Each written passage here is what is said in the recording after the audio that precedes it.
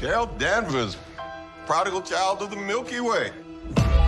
Nick Fury, my favorite one-eyed man of intrigue. 안녕하세요, 멘탈천국입니다.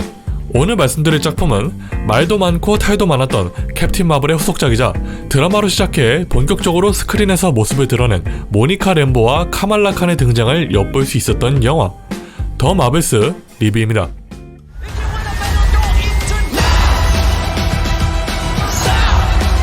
Higher. Further. Faster.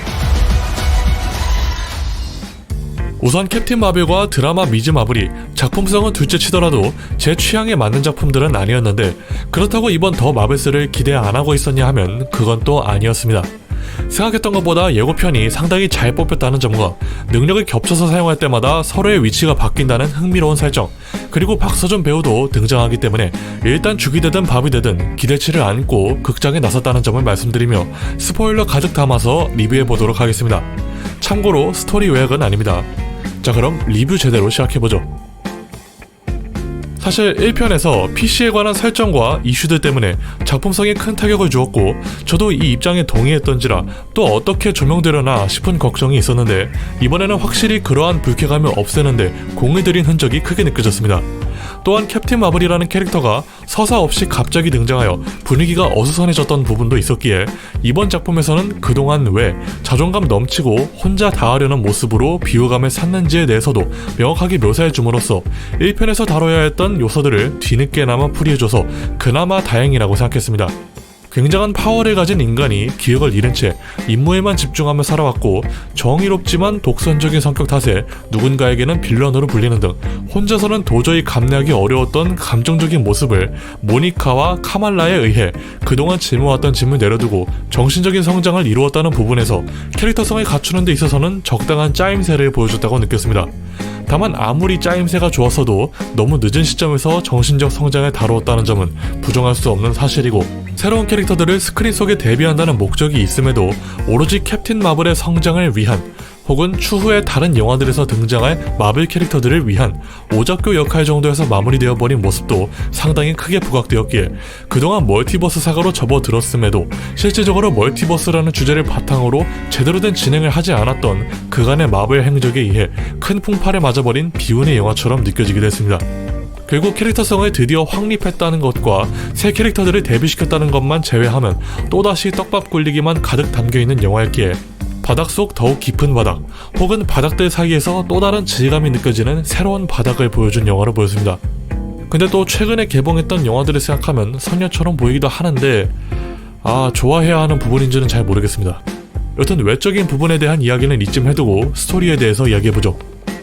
영화 더 마블스는 예고편에서부터 굉장히 빠른 호흡으로 진행돼야 흐름에 맞을 법한 위치 변환을 소재로 삼고 있었고, 실제로 초반부의 흐름이 상당히 빨랐습니다.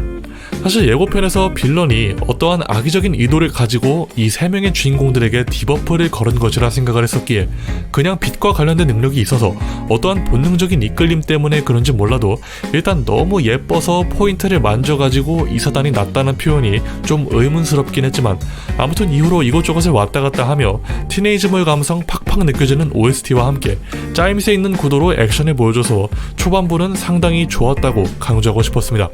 다만 그 이후부터가 문제인데, 일단 사건이 발생하고 그것을 수습하는 과정에서 큰 차질이 생겼지만 어떠한 해결책을 제시하지 못한 채 새로운 사건으로 눈 돌리는 것이 영화 전체를 통틀어서 정말 많이 반복됩니다.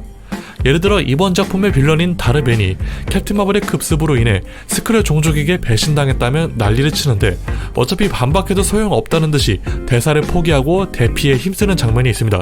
이때 스크럴이 우리가 부른 게 아니야 같은 대사 하나만 넣어줬어도 이후 카말라가 어린 스크럴에게 캡틴 마블이 모두 해결해 줄 거라는 대사에 상당히 무게가 실리고 감정선이 더욱 풍부해지지 않았을까 하는 부분들이 있었습니다.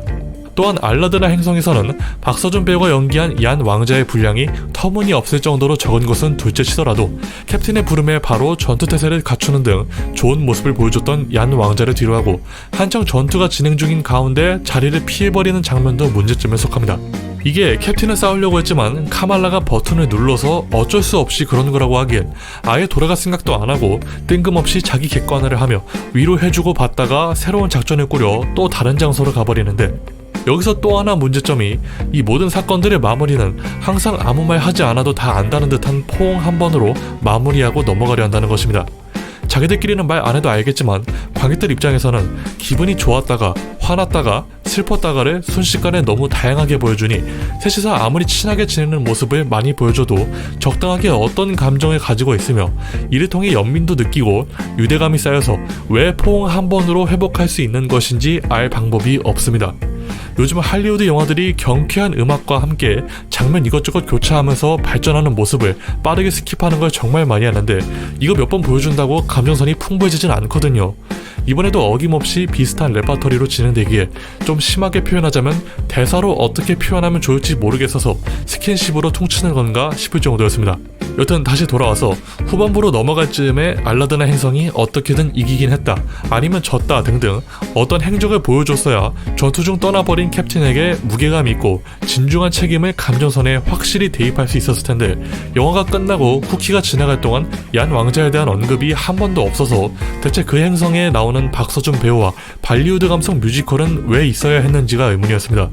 팬서비스가 가득했던 알라딘의 행성씬을 대신해서 시민들을 한 명이라도 더 살리려 하거나 중반에 넘어갈수록 제값을 못하는 공간이동 액션의 비중을 늘리거나 드라마적 서사를 복잡하지만 명쾌하게 질문하듯이 그려냈다면 어땠을까 싶기도 했습니다. 복잡하게 구성하지 않은 게 단점이 된다는 것을 이전 작품들에 이어서 또다시 한번 느낄 수 있게 된 대목이었습니다.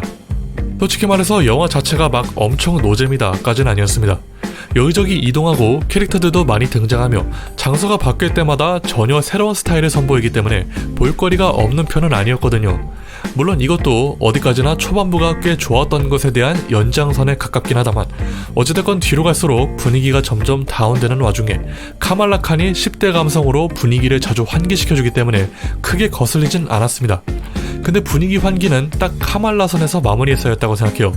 닉 퓨리야 뭐 말 안 듣는 히어로 상대로 뒤에서 보조해주는 역할을 이미 캡틴 마블 1편과 스파이더맨 파프롬 홈에서 묘사했기에 그렇다 치는데 구스가 새끼를 낳아서 요원들을 잡아먹히게 만든 후 하나밖에 안 남은 구명정에 태워 탈출시키는 스토리는 대체 누가 생각한 발상인지 모르겠습니다. 요원들 잡아먹는 장면에서 클래식 음악을 틀어줘서 어이없게 웃긴 느낌으로 가려고 하는 것은 알겠는데 이게 정말 분위기를 환기시켜주는 탁월한 방법인 걸까요? 이미 구스 임신은 초반부터 복선에 깔기도 했고 삼총사가 활약할 수 있도록 구스의 자리를 비워준 것까지는 이해하지만 이거 진짜 너무하잖아요. 다른 분들은 어떠셨을지 모르지만 저에게는 신기한 역발상으로 불쾌감이 느껴졌습니다.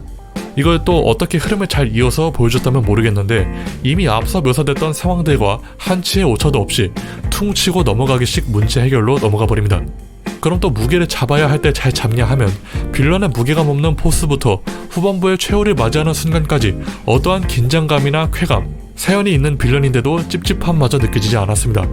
오히려 아직 늦지 않았으니 태양 복구하는 거 힘쓸 테니까 여기서 그만하자고 했을 때 치졸하게 배신 때리고 맹글 뺏어가는 다르벤의 모습을 보자니 퀀텀 매니아에서 약속 지켜줬는데 딸 안 돌려주고 튀어버린 캉이 연상되는 부분이기도 했습니다. 일단 비판 중심적 내용이 많았으나 당장 하고 싶었던 이야기는 이 정도입니다.